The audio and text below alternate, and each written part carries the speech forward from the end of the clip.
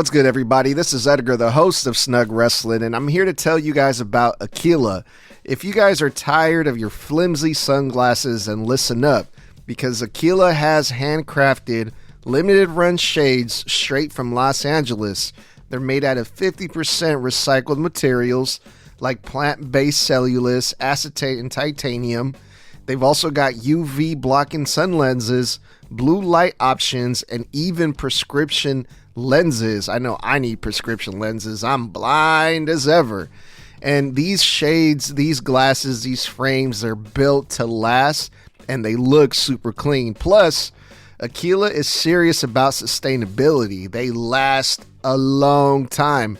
They're also a member of a nonprofit organization, 1% for the planet, and that means 1% of every sale is donated to a reputable environmental organizations around the globe. And because you listen to us, Snug Wrestling, you get an exclusive 10% off any order with the code SNUG at checkout. That's SNUG at checkout. And full transparency, if you use that code, you help us out a lot because we earn a small commission, but it helps keep the show rolling. And you get top tier eyewear in return. So go to aquila.la, that's AKILA.LA, and level up your look, level up your shades responsibly.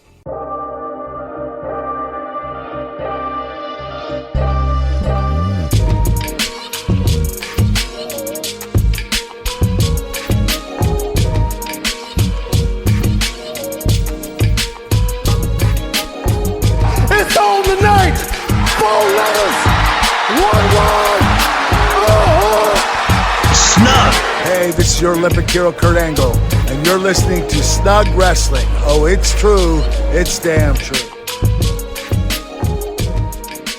What's good, everybody? Welcome back once again to Snug Wrestling. And today is the final review for NXT of the year 2025. We did the final Raw last night, or a couple nights ago, sorry. And today we're going to bang this NXT review out of the way because it's New Year's Eve, so we got to get ready for New Year's Eve. Tommy's here with me tonight, my main guy, my right-hand man when it comes to NXT, the NXT know-it-all himself. Tommy, welcome. How you doing? Yo, what's up? I'm feeling good. Wanted to hang out with a couple of friends later tonight, which is why we're doing this so early compared to when we usually do it. But hey, it's New Year's Eve. Let's do this. Yeah, that's what's up, dude. Yeah, I had some things to do New Year's Eve, but we decided we're not going to do jack shit because that's when people get crazy on New Year's Eve, and I'm trying to stay home. We can watch the fireworks from our driveway, have an easy night. That's what we're going to do here tonight at the Snug compound. So yeah, Tommy, I hope you have fun, but make sure you stay safe. Are you going to be partying tonight? You going to have a little sippy? I might have one thing because I've got something in the fridge just waiting for me for later tonight, but that's really probably about it. I'm not sure exactly what they have planned, but odds are it will not be a bunch of drinking. Yeah, okay, sounds good. So correct me if I'm wrong, Tommy. This NXT episode this week was pre-recorded, right? Yes, it was. Yeah, because it flew by once again. I thought we were done with all the pre-recorded shows, but I guess not. I guess this is the final one. At least I hope for NXT because next week is New Year's Evil, right? Yep, they usually do like the first Tuesday of January would be New Year's Evil, so we've got that going on as well. Fair enough. The good thing about it, even though it was pre-recorded, I wasn't aware of the results. I didn't catch any of the spoilers when it comes to NXT. I guess maybe not that many people covered it because when it comes to Raw and SmackDown, the spoilers were flying all over the place. So that was nice because I didn't know what to expect from this episode of NXT, which was a great thing because we started off with a North American Championship title match. Ethan Page versus the challenger Moose from TNA, and it was a quick match. Maybe after all the edits and the cuts that they did, I want to say this was like a quick 5-minute match, but it was a freaking banger of a match. If I'm being honest, it was just like back and forth, back to back. Hard hitting, high intensity stuff here. Man, watching Ethan Page, he's had some fucking amazing matches. I want to say, I think Booker T said it best, probably the best North American champion ever. And I don't think he wasn't just saying that, because this match was a hell of a way to kick off NXT. And considering what people have held that title, that's really saying a lot, because you've got Trick Williams in there. You've got Wes Lee, who he himself has been on top of that before, where he has been considered one of the greatest North American champions of all time. So with all of this, I was not expecting for Moose to leave with that title, and he didn't. So there was that. It being as quick as it was kind of shocked me. Hell, I was shocked that this was even the opener, because I thought they were going to hold this off until a little bit later on in the show. But no, they decided to open the show with Moose and Ethan Page. And as I've been saying time and time again, it is only a matter of time before this man finally drops that North American title and gets pulled up to the main roster. Just his heel work alone will tell you that. Yeah, man. And I probably sound like a big Ethan Page fanboy, which I am. I've liked Ethan Page ever since he was in AEW, but just to give you guys a better idea of like how highly I think of Ethan Page's work. So when, we're at the end of 2025, right? And people have been talking about, who's had the best career of the year, the best faction, the best tag team, the best match of 2025. And there's been a lot of good matches on multiple companies this whole year. But literally the first match that came to my mind, and Tommy, you might remember this one, was Ethan Page versus Mustafa Ali on NXT a few months ago. That was, to me, the first match that came to my mind when I thought of the best match of the entire year. Oh, yeah. That match was also one of the first ones that popped into my head, mainly because of how anticipated it was to begin with, because of the story involving Mustafa Ali specifically, with the fact that a few years ago, he got released right after being promised a North American title shot. He never got it. And then now he's got it against Ethan Page. That entire story there, it just worked out perfectly. So that is also one of the first matches that comes to mind. But when it comes to people that have had one hell of a year when it comes to NXT, there are plenty up there. Joe Hendry is up there, in which we'll talk about him and that segment later. Good old Javon Evans is also up there, being one of the men that was in that final card for John Cena, and him being on that. Ethan Page, absolutely up there. I mean, with this North American title, he has defended it against, as he says, a bunch of different people from a bunch of different companies. He's done main roster stuff. He's defended it against them. TNA, AAA, like it's all over the place for him, and he has had one hell of a 2025. Yeah, Ethan Page has had one hell of a year. That's for damn sure. And yeah, he had another great match versus Moose, another TNA guy. Ethan Page retained again. So the right guy won, There was it was an unexpected start, because during the weigh-in, Ethan Page jump starts Moose, which is important to note, especially because going into the main event later on. And yeah, this match was all over the place. They fought in the ring, outside the ring. They had a barricade spot where Ethan Page throws Moose against the barricade, and there was a pretty scary moment in this match where they do a spot on the steel steps where Ethan Page backdrops Moose into the steel steps, but doesn't, I guess, I don't know if it was Moose didn't jump far enough or Ethan Page didn't throw him far enough where Moose landed right on the edge of the steel steps on his lower back hard. And then that's what kind of was part of the finish of the match where Ethan Page rolled Moose in the ring, hits its big splash, false finish, Moose kicks out. Holy shit. I thought that was for sure going to be the end. But they go for about another minute after that, and Ethan Page gets the win. But, man, another great fucking match by Ethan Page, I thought. And Moose, not just Ethan. Both of these guys.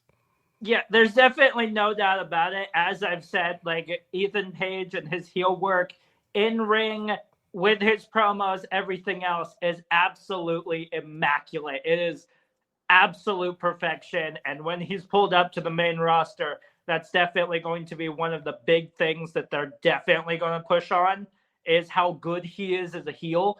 Because it feels like he himself is a natural heel himself, just like when it comes to Roman Reigns and a few of other people where they are just naturally one side or the other. But this match involving Moose, there was a couple times, especially with that steel chair spot, not steel chair, that steel step spot where I'm like, oh, damn, that had to hurt.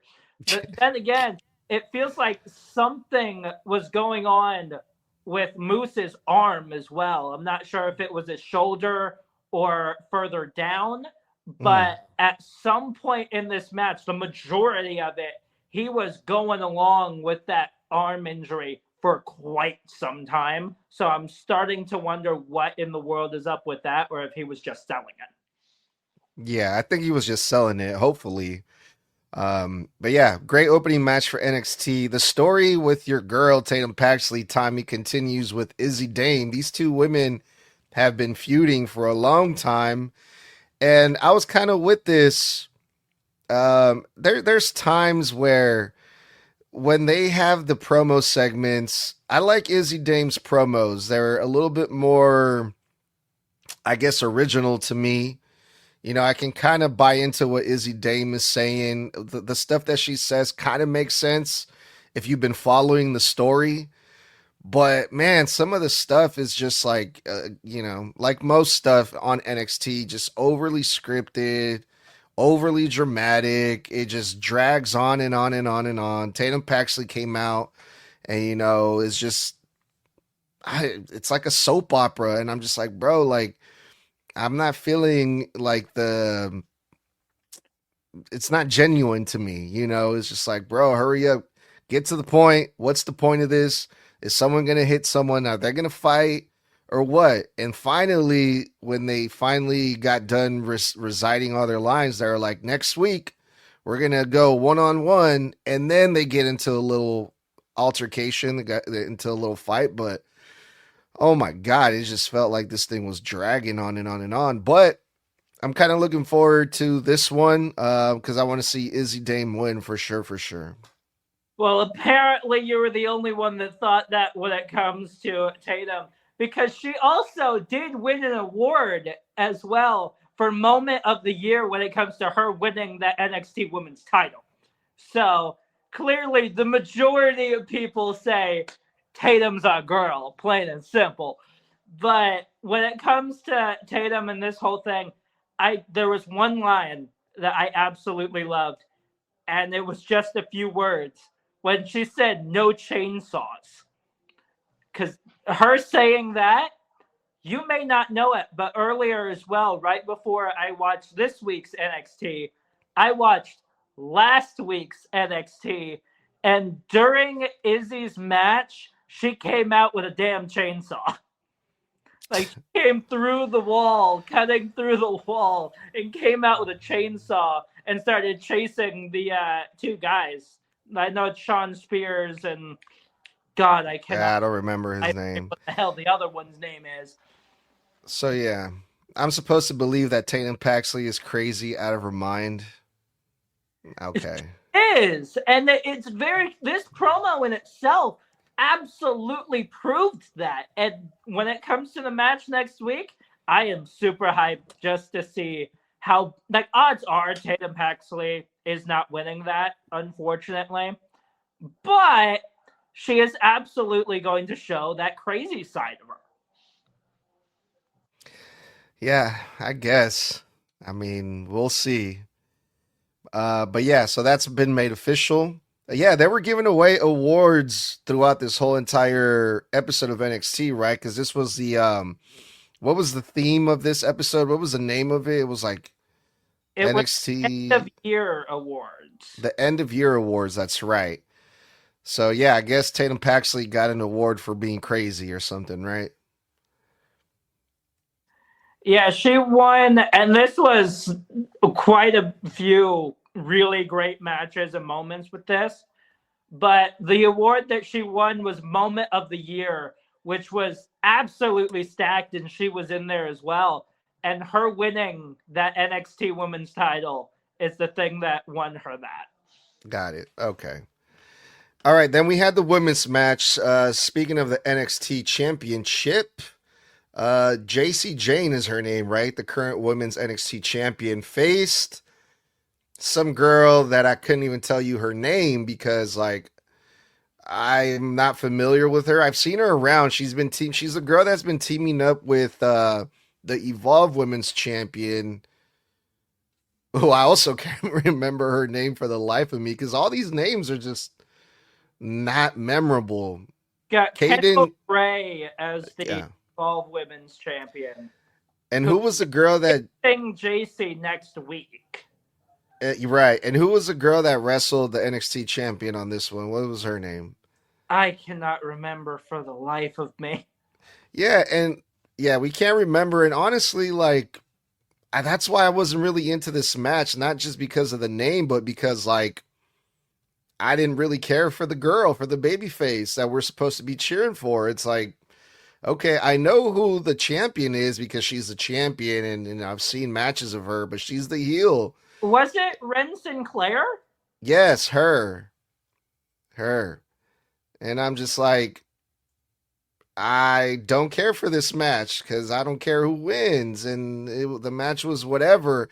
And the whole point of this match was to build up New Year's Evil next week because Kendall Gray is her name. She got beat up backstage. And then after the match, she does the big save so she can get the big pop. And she's going to be facing, Kendall Gray is going to be facing the NXT Women's Champion next week, right? Yep, because of the fact that she did win the Iron Survivor Challenge and shocked everybody. Like, neither of us were even expecting that either. But she will be facing JC Jane for the NXT title next week. Yeah, so yeah, I mean, this match, other than that, this match was whatever, except for the angle that they did at the end with the save and the run in. That was cool, but this whole match was just like, ugh. We had a concert by Joe Hendry, Tommy. The Joe Hendry concert, where he came out, he played a nice little song for the audience in the NXT, in the WWE Performance Center, kind of like, you know, the way that The Rock used to do it back in the day, you know, when he would sing the SmackDown Hotel and all those times. Didn't he do The Rock do a song for like Vicky Guerrero at one point? Yes, he did. Yeah. I remember one that he did here in my hometown of Sacramento where he just talked shit about the Sacramento Kings, which I thought was lovely. But yeah, man. One that Rock did was right before WrestleMania 41, or right before WrestleMania 40 with the Bloodline Rules match. He did one on Cody. Oh, that's right. That's right. I kind of remember that one. Yeah. So Joe Hendry basically did the same thing. And it was fun. Joe Hendry's really entertaining. The people love him. I got a kick out of Booker T singing Joe Hendry's entrance song before the actual little segment began. Booker T sounds like fucking Macho Man Randy Savage when he tried to sing. Did you hear that?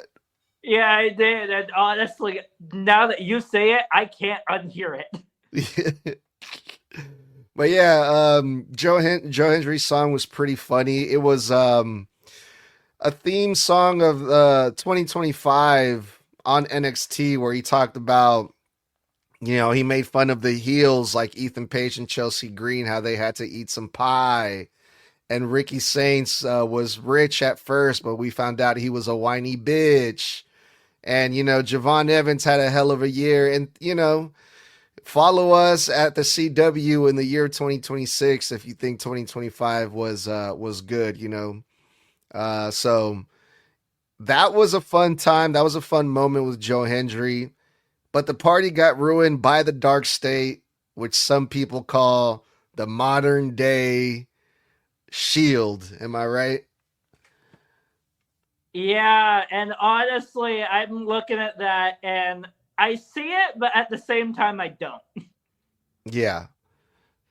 Yeah, but this was this was a good spot. The Dark State got a lot of heat because everyone likes Joe Hendry. They like the show. They were enjoying the song and the concert, and everyone was laughing and having a good time. Even Booker T was dancing, and then out of nowhere the lights turn off, kind of like what Tommy just did.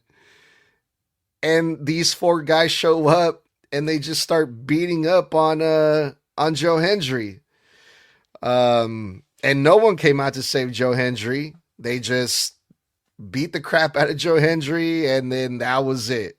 Where was Javon Evans? Where was, all these people that have Joe Hendry's back that were nowhere to be found? But I thought this was a great segment.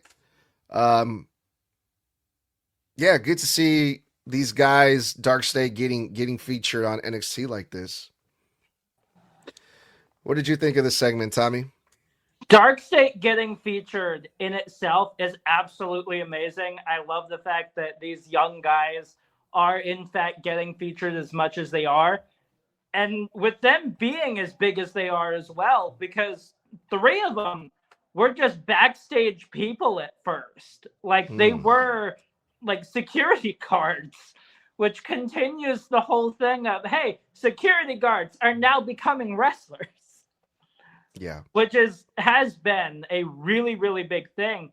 Joe Hendry with his little concert, that makes total sense and all of that. It's literally Joe Hendry's thing. He has made up songs for a ton of different people on parodies of people and all of that. He did one on Ethan Page a while back when Ethan, I believe, was NXT champion, and he was going after that. So this isn't something new for Joe Hendry. And like I said earlier, there are like three people that you can name that had an absolutely amazing year. Javon Evans, Ethan Page, and Joe Hendry. And right before this song started, he flat out named why that is so true with him. 1-on-1 against Randy Orton at WrestleMania, being in the Rumble as TNA champion at the time as well, and being in the Iron Survivor match, being chosen by John Cena himself. He had a absolutely phenomenal 2025, and there is no doubt about that. But this segment was extremely fun. Hell, I even started singing it all of a sudden. Yeah, yeah, it was it was catchy, dude. Fucking Joe Hendry's got some catchy tunes in him, man. But yeah, dude, let's go on to the next match. Believe it was like a final or semifinal for the men's speed championship. It was a final. Okay, so the winner out of this one faces the speed champion, right? Yes. So it was Lexis King versus Tavion Heights. Tavion Heights is amazing. I love Tavion Heights, but I also like Lexis King. I was really excited when I found out that he was hired and he was going to be on NXT from AEW. And I was like, man, finally, Lexis King is going to get a real shot because he wasn't really being used in AEW a whole lot. And I'm like, yeah, now they're going to watch. He's going to prove the potential that he has. Obviously, this is Brian Pillman's son. You know, he was Brian Pillman Jr. in AEW. So he has the lineage, you know, he has the family name, but he comes over to NXT as Lexus King. He's been on NXT for, I want to say, over a year now. And there's been a couple guys that have came over from AEW that have been on NXT a lot shorter than Lexus King that have pretty much surpassed him. They've surpassed Lexus King, unfortunately. Now he's barely being used. And when he is being used, he's kind of a comedy gimmick. He's kind of I hate to say it, but he's kind of a joke.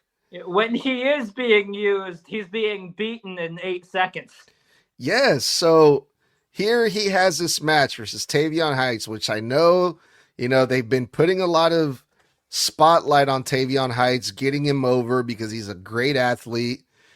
But Lexus King shows up.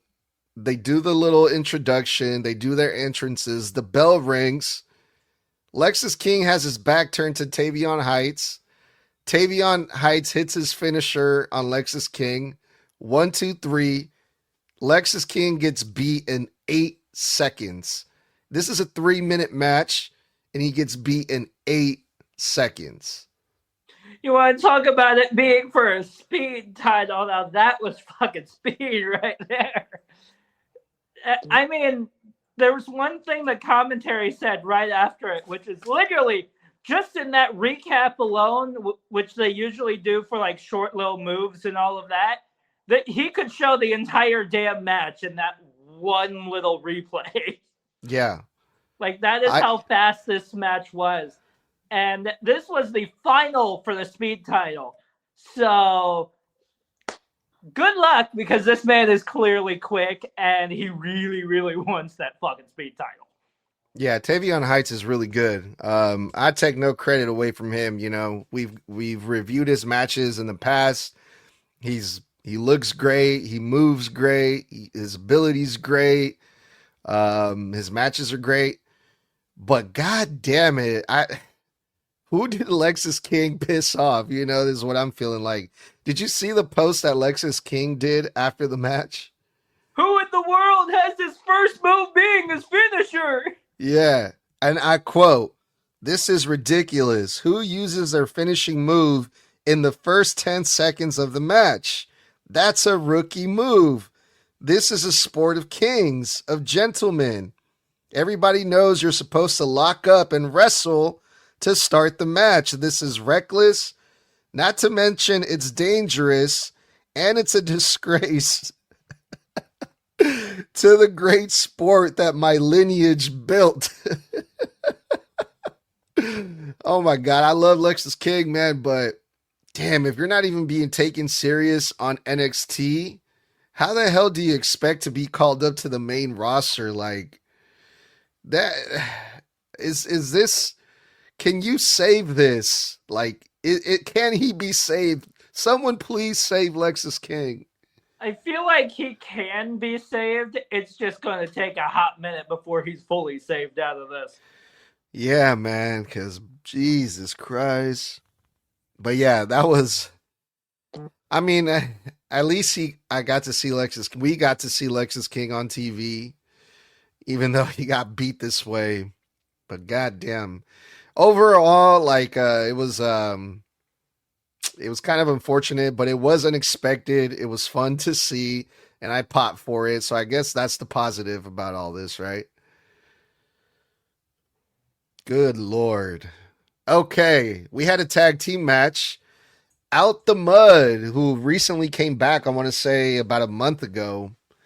They've been whooping ass left and right, except for I believe a couple weeks ago they lost versus Hanky Tank, if I'm correct or not.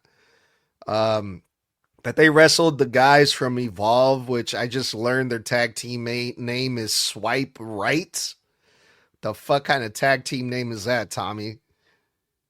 There's supposed to be this weird, like, popular college kid group and all of that. So my guess is they looked at fucking phrases referring to Tinder and saw Swipe Right and was like, well, that's it. Yeah. Yeah, these guys are really young. They look like fucking college kids. Really young and, a lot smaller guys compared to Out the Mud, who look like absolute monsters compared to them. But this was basically a 3-on-2. The Evolve champion was out there, who also, all three of these guys from Swipe Right got to be like 18 or 19 years old. Like, I don't think they're over the age of 20, and at least they don't look like it. But they still had a competitive match. I thought this was going to be a squash match, but it wasn't. The heels, in this case, Swipe Right, got some heat, a little bit of heat on Out the Mud, but overall, Out the Mud looked like the convincing, more serious threat. They were getting the pops. They were the baby face in this situation. But yeah, they looked really good, Out the Mud did, which was the point of all this.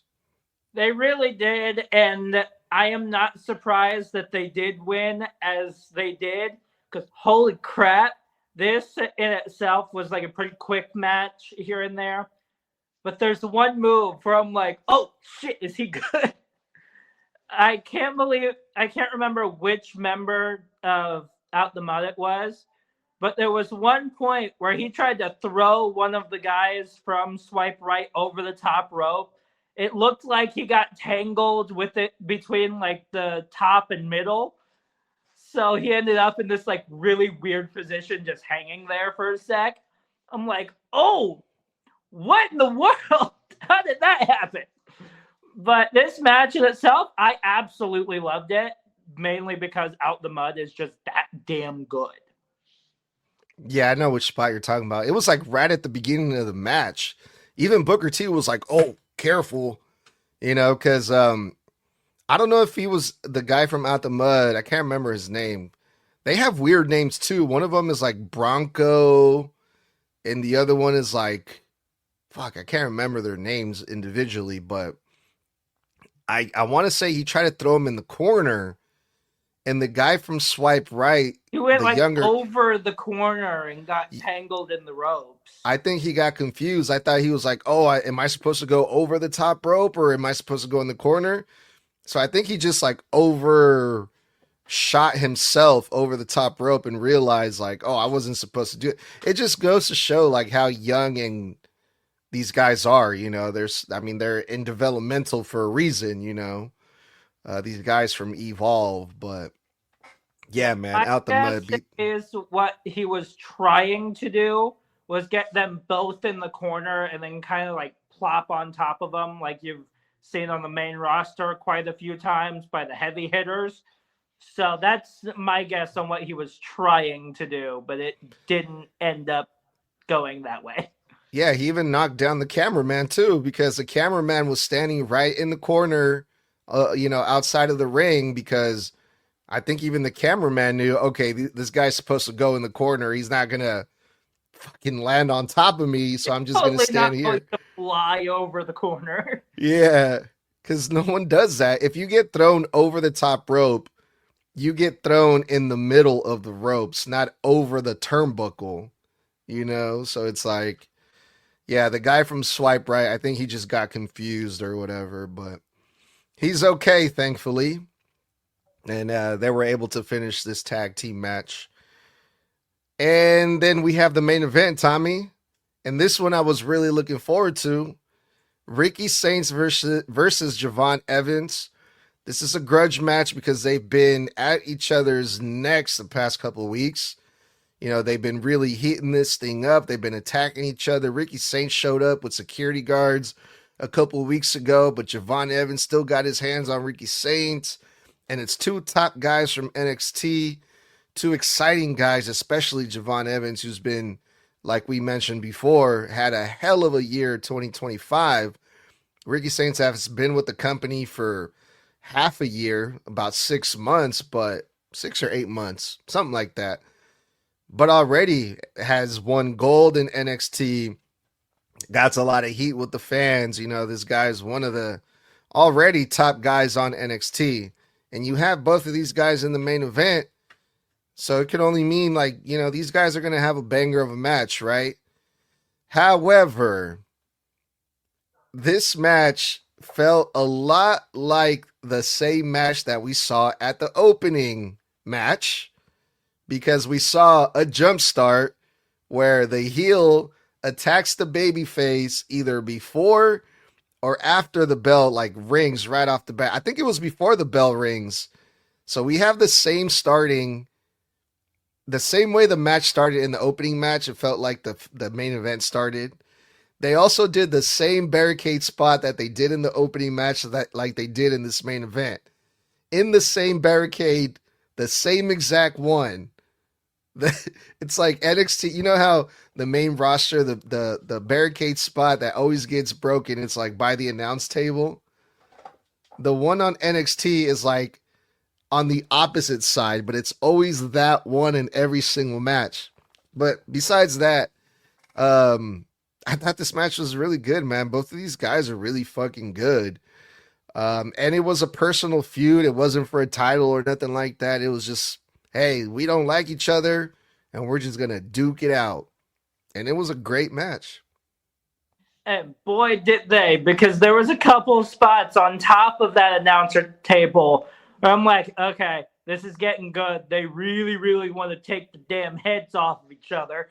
So that in itself was absolutely great. I love this match personally. It was quite fun, especially with it being involving Javon Evans and everything else. Of course, Ricky Sainz just has to go, hey, you put me right in the right position.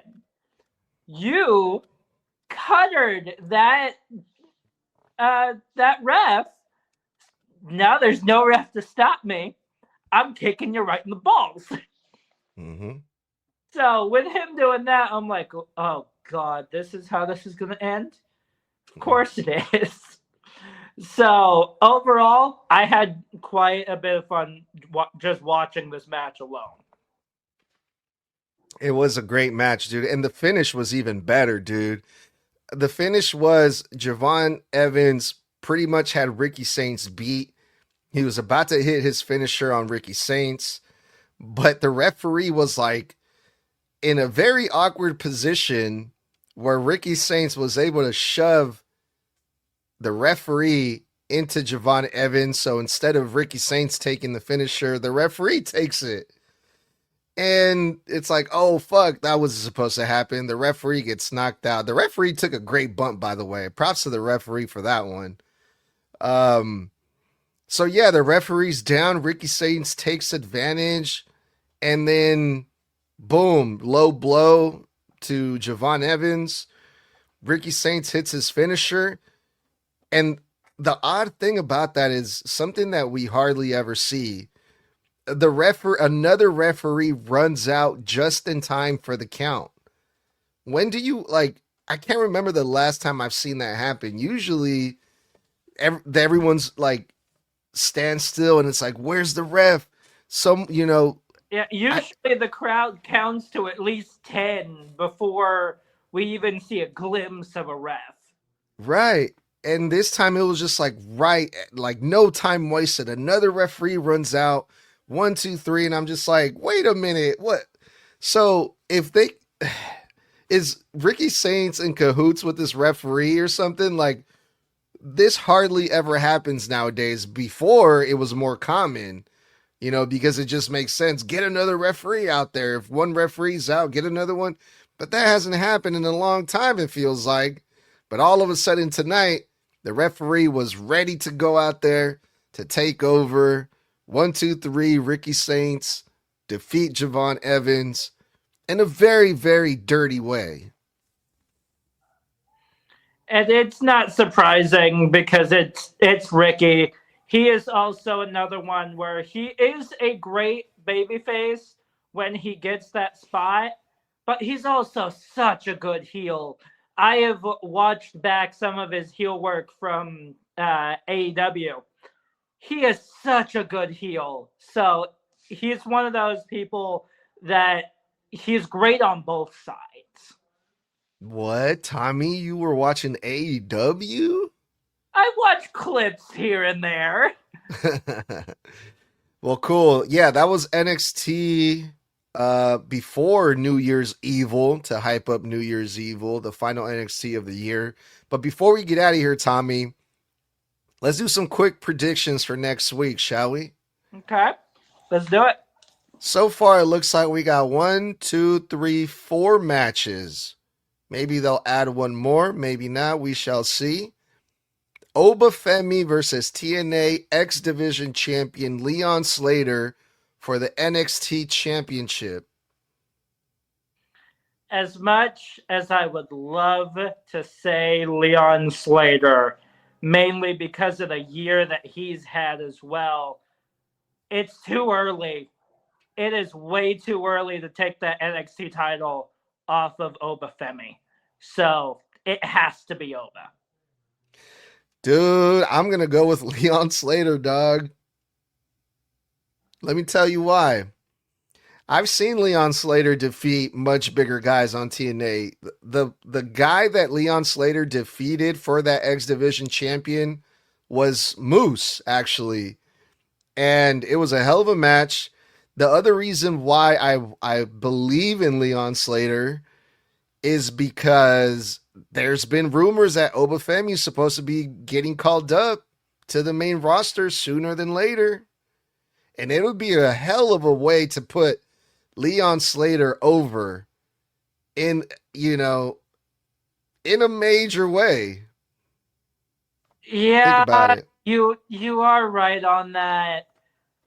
But there is something that I said before when it comes to the whole thing with him and Cody as well, with Oba, where when we reviewed Saturday night's main event for that, I said it was only a matter of time before Obafemi is called up. And yes, there are rumors, but it would not be the first time that they called up a guy while he was NXT champion. Back during the black and gold days, back when it was just a massive X for the title. Yeah. Kevin Owens, he was NXT champion when he was called up to the main roster. Yeah, but he was called up as the NXT champion, still part of NXT. He wasn't called up as like an official like main roster talent, was he? I think he was, because he had a face-to-face with the world champ at that point. Yeah, but it was like during Survivor Series, like wasn't it like Survivor Series where there were a lot of like NXT guys were showing up? Yeah, that's right. I want to say so, but the other thing too is like, okay, if this is when they put the belt, the way that they take the belt off Obafemi, when is that 3 stages of hell match supposed to take place between Cody and Drew? Whenever they go overseas again. Is it? It's not at the Rumble, is it? No. Or is it Saturday Night Smack? I don't know, but I don't I want to. Saturday night main event, but he says whenever the hell they go over to Germany. Okay. That's just going to happen. Because if they take the belt off Obafemi, that'll open him up to potentially interfering in that match to kind of give the payback to Drew McIntyre for costing him his match versus Cody Rhodes. Depending on what those 3 stipulations are, yes. Yeah, that's true. But overall, man, a lot to look forward to when it comes to the NXT Championship match, for sure. All right, Tommy. JC Jane versus the Evolve Women's Champion Kendall Gray for the NXT Women's Championship. JC. I'm going JC right off the bat. Mainly because of the fact that Kendall Gray, yes, she has been showing up on NXT a lot, but she is still Evolve Women's Champion. And honestly, I do not think that she needs that NXT title right now.